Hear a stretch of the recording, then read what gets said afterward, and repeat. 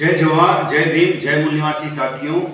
राष्ट्रीय आदिवासी एकता परिषद के राष्ट्रीय अध्यक्ष माननीय एच.एन. रेकवाल सर जी के द्वारा यूनिफॉर्म सिविल कोड के विरोध में 4 चरणों में आंदोलन घोषित किया है। उसके 2 चरणों का आंदोलन हो चुका है। कल 27 जुलाई 2023 को रैली प्रदर्शन होने जा रहा है मोड़ासा, अरवली जिले के मोड़ासा तालुका के अंदर। दूसरा सबसे बड़ी बात, वामसे भारत मुक्ति मोर्चा के राष्ट्रीय अध्यक्ष, बहुजन क्रांति मोर्चा के राष्ट्रीय संयोजक माननीय वामन मेश्राम साहब जी ने इस आंदोलन को जाहिर पूर्ण रूप से समर्थन दिया है। राष्ट्रीय अध्यक्ष राष्ट्रीय आदिवासी एकता परिषद के जो एच.एन. रेकवाल सर है, इस आंदोलन के थ्रू उनकी आदिवासियों के लिए डिमांड है, मांग है, और वो मांग लगभग 22 मुद्दों के ऊपर है। मैं सभी मुद्दे तो आपको पढ़कर अभी नहीं सुना सकता क्योंकि बहुत लंबा वीडियो हो जाएगा। इसके लिए मैं मुख्य बातें आपसे करना चाहूंगा।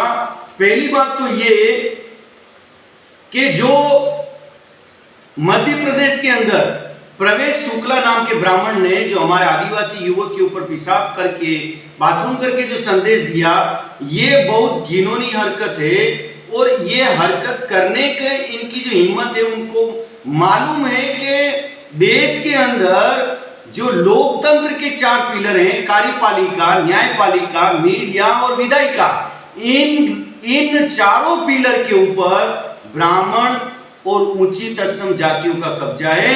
इसलिए हम किसी के भी ऊपर कुछ भी अन्याय अत्याचार करें, हमारा कुछ बिगड़ने वाला नहीं है। उसके कई एग्जाम्पल है। अभी आपने 15 अगस्त के अंदर बिल्किस बानो केस के अंदर बिल्किस बानो के जो अपराधी थे उनको भी इस मनुवादी सरकार ने छोड़ा। जालोर में इंद्र कुमार मेघवाल 10 वर्ष का बालक था, उस बच्चे के ऊपर अस्पृश्यता की विचारधारा को लेकर 10 वर्ष का बालक मटकी से पानी पीने गया तो उसको पीट कर मार दिया। अभी ये राष्ट्रीय आदिवासी एकता परिषद का आंदोलन हो रहा है। इस आंदोलन के अंदर साहब ने, एच.एन. रेकवाल साहब जी ने 22 मांग किए। वो 22 मांग तो मैं आपको पढ़ के नहीं सुना रहा, लेकिन नेशनल कॉरिडोर एवं भारतमाला प्रोजेक्ट के नाम पर 4 लेन, 6 लेन, 8 लेन और 10 लेन नेशनल हाईवे निर्माण करके, हाईवे के आजू बाजू में नए इंडस्ट्रियल कॉरिडोर का निर्माण करके आदिवासियों को विस्थापित किया जा रहा है, जिससे उनके 5वीं अनुसूची क्षेत्रों को खत्म होने का खतरा पैदा हो गया है। इसके विरोध में हम ये भारत बंद कर रहे हैं। मुद्दा नंबर 4 है 2020, 2021, 2022 में आदिवासियों के विरोध में जो बिल संसद में पारित हुए एवं 2023 में नया फॉरेस्ट एक्ट बनाया जा रहा है, जिससे आदिवासियों के अस्तित्व को खतरा पैदा हो गया है। इसके विरोध में भारत बंद किया जा रहा है। फिर अभी सबसे बड़ी घटना, मोदी साहिब जी विदेश में घूमने गए, विदेश में चर्चा करने गए, विदेशों में काम करने गए, जबकि उनका जो भारत है उसके एक राज्य के मणिपुर के अंदर वहां पे 4 मई से बड़ी क्रूरता पूर्वक वहां पर अन्याय अत्याचार हो रहा है, दंगा फसाद हो रहा है। तो मोदी जी को बाहर जाने की बजाय वहां जाना चाहिए था, अपने देश के अंदर के मणिपुर जिले को देखना चाहिए था, मगर उन्होंने वहां नहीं जाकर विदेशों में जाना उचित समझा, क्योंकि वहां के नेट बंद जो हुआ है, वो नेट बंद करने का काम केंद्र करती है, केंद्र के हाथ में है। और केंद्र ने नेट बंद करके, और वहां के मुख्यमंत्री ने पत्रकार को जवाब दिया है कि इस प्रकार की घटनाएं तो हजारों हो रही है यहाँ पे।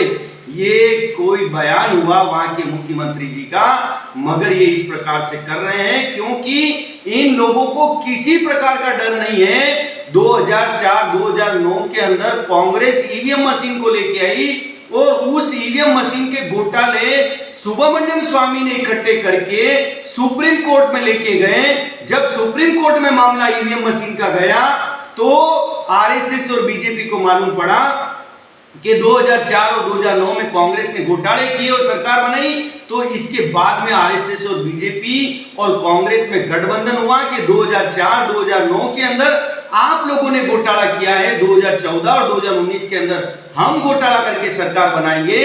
ये समर्थन और सहयोग होने के बाद ये मनुवादी आरएसएस की बीजेपी सरकार केंद्र में पहुंची है। हमारे राष्ट्रीय अध्यक्ष माननीय वामन मेश्राम साहब जी के पास में बहुत सारे ईवीएम के विरोध में सबूत है। उन्होंने सुप्रीम कोर्ट के अंदर 24 अप्रैल 2017 को वो उन्होंने केस किया था। उसके अंदर 100% देश के अंदर ईवीएम मशीन के साथ में वीवीपैट मशीन लगेगी, ये ऑर्डर लेके आए। मगर 2019 के अंदर अभिषेक मनु सिंघवी नाम के वकील को सुप्रीम कोर्ट में भेजा गया और षड्यंत्र करके ये ईवीएम के द्वारा जो देश के अंदर मनुवादी सरकारों को केंद्र में भेजने का काम कर रहे हैं। इसलिए इनको डर नहीं है कि देश की जनता हमारा क्या कर लेगी। इस वजह से मणिपुर के अंदर इतना दंगा फसाद हुआ। जो हमारे आदिवासी भाई धर्म परिवर्तित हुए और जो नहीं हुए उनके बीच में ये झगड़ा लगाने का काम किया, जबकि सुप्रीम कोर्ट कहता है कि कोई भी एससी एसटी ओबीसी समाज का लोग धर्म परिवर्तित कर ले, मगर भी वह उसके बाद भी वह एससी एसटी ओबीसी के संविधान के दायरे में आता है। इस प्रकार के कई प्रकार के डिसीजन है। इसके बावजूद भी ये मनुवादी सरकार हम लोगों के ऊपर खानगीकरण, निजीकरण के माध्यम से अन्याय अत्याचार कर रही है। ये जो लड़ाई है साथियों, ये लड़ाई हमारे आने वाली पीढ़ियों के लिए है, हमारे आने वाले बच्चों के लिए है। ये लड़ाई हमारे लिए नहीं है। आप लोग अगर बारिश की प्रॉब्लम, भैंस दूध दे रही है कि नहीं दे रही है ये प्रॉब्लम, और दूसरी भी बहुत सारी समस्याओं को लेकर अगर इन आंदोलनों में नहीं आते हो तो निश्चित रूप से जो मणिपुर के अंदर अभी दंगा फसाद हुए, वो दंगा फसाद ये मनुवादी लोग, आरएसएस बीजेपी के लोग भारत में किसी भी राज्य में कर सकते हैं। इसलिए आप ऐसा ना विचार करें कि ये मणिपुर में हुआ है तो आपके एरिया में नहीं हो सकता।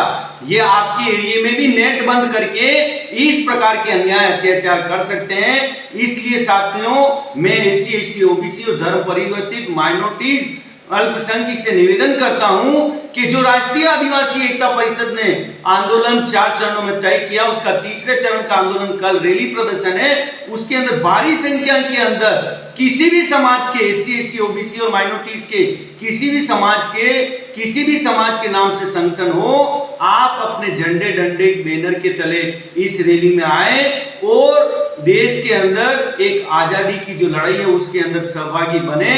ऐसी आशा और विश्वास के साथ मैं अपनी बात कहना चाहता हूं।